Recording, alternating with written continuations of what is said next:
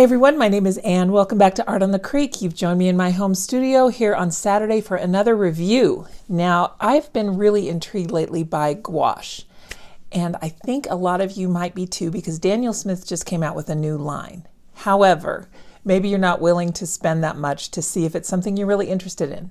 So I happen to have a really affordable brand of gouache, and it's a decent performer. So I thought we could take a look at it today. Maybe this is a way that you can get into gouache.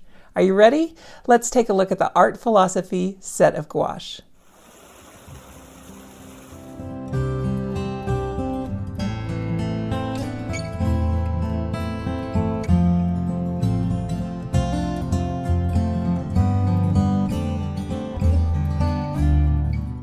Well, first things first, here is the tube. It's a 12 milliliter 0.41 ounce of gouache, and you can see the tube is plastic with a paper label around it.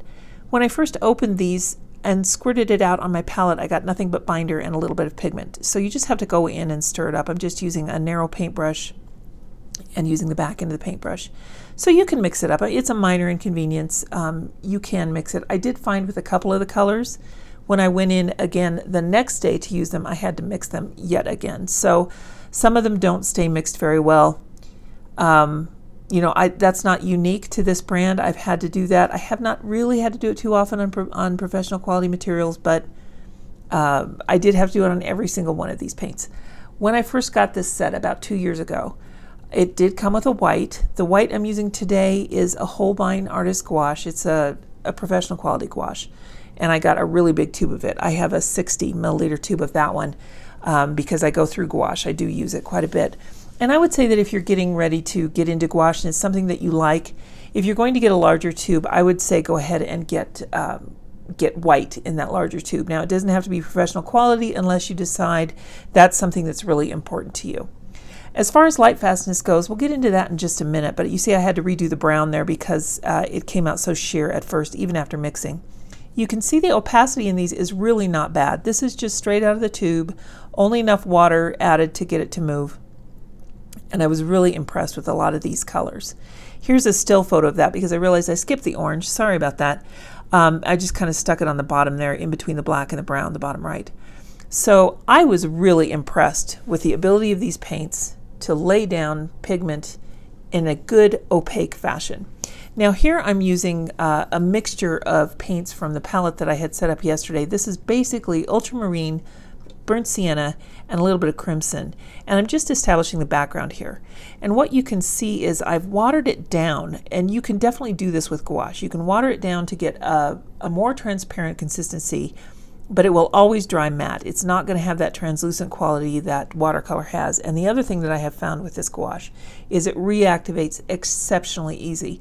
So if you are going dark to light, if you are going white over a darker color, for example, you will really need to use a gentle hand because it will definitely lift up what's underneath. What I've done here is to put the background on, and I then went in and made sure that was really dry.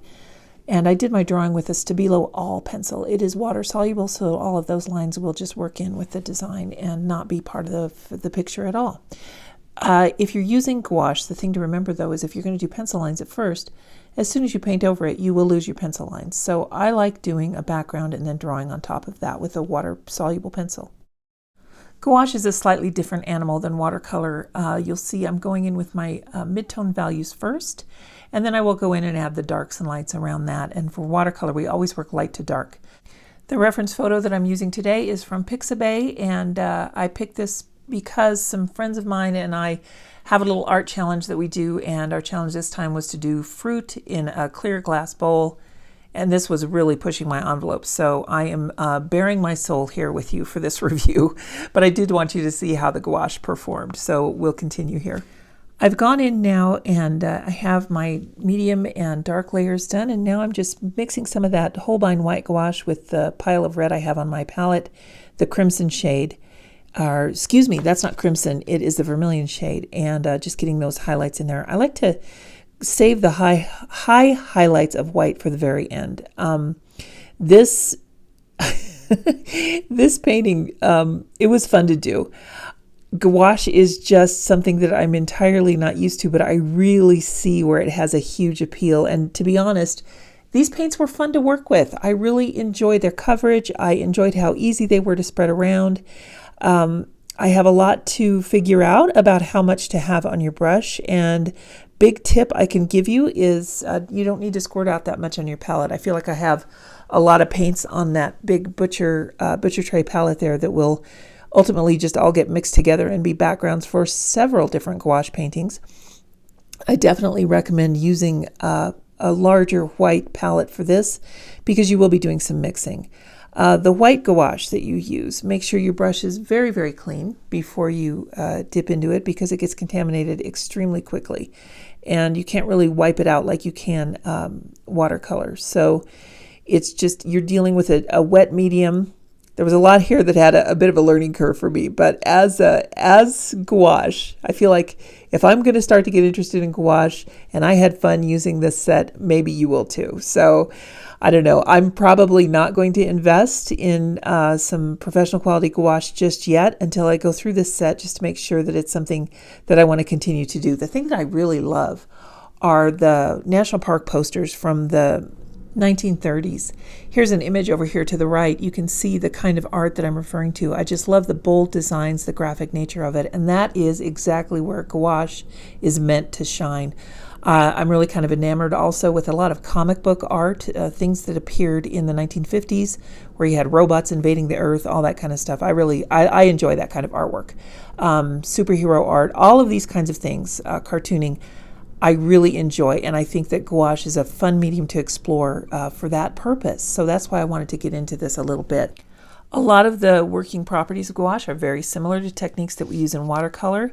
Here I am applying that shadow in a darker, thicker version of the paint around the cherries, and then I'll go in with just a brush of water to help spread that out. And this is where you can use I'm going to call it instability of gouache to your advantage, because when I go back in with the water, I'm also loosening the pigment underneath. So I'm also changing that background a little bit. But it creates some really neat subtleties in the painting, and it just kind of helps to add some subtle nuances. So I just recommend really getting a set that you can play with. And for that purpose, I really think this art philosophy might be a good way to go. I've just recently found out that Paul Rubens has a set of gouache. That's another good quality brand. They use quality pigments. They're getting quite a name for themselves in the art community as an affordable brand that is approachable. Now, once again, I would use caution if you're going to do something for a commission piece. Go with something that can have a light, fast rating that they can stand behind and can actually kind of give you good, solid information as to where that light, fast information came from. If you're just looking to play, again, something like this or one of the other budget-friendly sets, Arteza, Art Philosophy, the one I'm reviewing today, or Paul Rubens, one of those sets would be a fine place to start. All of the white that I'm using today, again, is that Holbein Artist Gouache, which is a professional quality gouache. So unfortunately, I don't have any of the Art Philosophy gouache that's in white to show you how opaque it was, but I can tell you that it worked well. It was highly comparable to the rest of the paints in this set. I had no issues with it. I enjoyed using it. And yeah, just to learn and to play and figure out how gouache works. Honestly, I think this is a great set to get started with. So let's go over the price again. At $21.99 for this set of 18, that works out to be $1.22 US dollars per tube. So, you know, you're really not breaking the bank, and it is a good place to start. I will be honest with you, though, I really don't trust their light fastness information. I'm very disappointed in the website and how inconsistent it is. I had to really dig to find out what it meant, their 1 to 3 star rating. It says here, I finally found it on their curated watercolor sets, the confections sets. It says that our light fastness is rated from 1 to 3 stars, 3 being the highest. 1 is poor, 2 is good, and 3 is excellent. They give no correlation to what that means numerically. How many years is poor? How many years is good? How many is excellent? I don't trust it. I don't trust a website saying that their product is light fast when they're not upfront about it. So go into that go into this product with that caution. If you're going to use something that you're going to want to hang on a wall, don't use this product. if you're going to do something that you're going to use for greeting cards or scrapbooking or any other kind of art journaling, or just to simply use in your sketchbook, or like me, just to learn this medium, definitely go for it. This is a great way to get your foot in the door and see how gouache works. Some of the other tips I can give you, I can't remember if I mentioned, the brushes that I'm using are a Jack Richeson set of nylon or Taklon brushes. And I really think that using Taklon brushes with gouache is the way to go. That way you can control your water a little bit better because they hold less water. Save your favorite watercolor brushes for watercolor because the Taklon brushes or the nylon fibers are going to be your best friend here. They hold less water, and you're going to want to be able to manipulate that a little bit more effectively with gouache. Another thing that I strongly recommend that you purchase is a brush cleaner and preserver. Somehow this gouache just has the ability to get up in there near the ferrule, and you really need to be able to clean it out. So I like the Masters brand brush cleaner and preserver. It's kind of, I'll put a little picture of it up here on the right, and I'll also link to it in the description.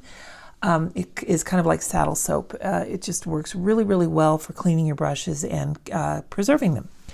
The other thing that you can know with gouache is that if you're wanting to work on multimedia paper or cellulose paper, you won't have any problem with gouache.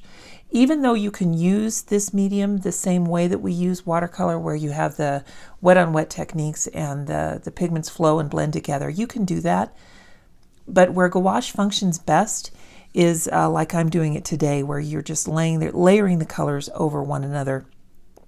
And for that, 100% cotton paper isn't always necessary. So that's another plus. If you're looking for something to get started, you can really get out that inexpensive paper and go to town. So for a beginner like myself in gouache, I would say that this art philosophy set will do you just fine. There's no need to invest in a professional set if you're not even sure if you're going to like the medium. So I would say go ahead, go for it, purchase this set in full confidence and enjoy it.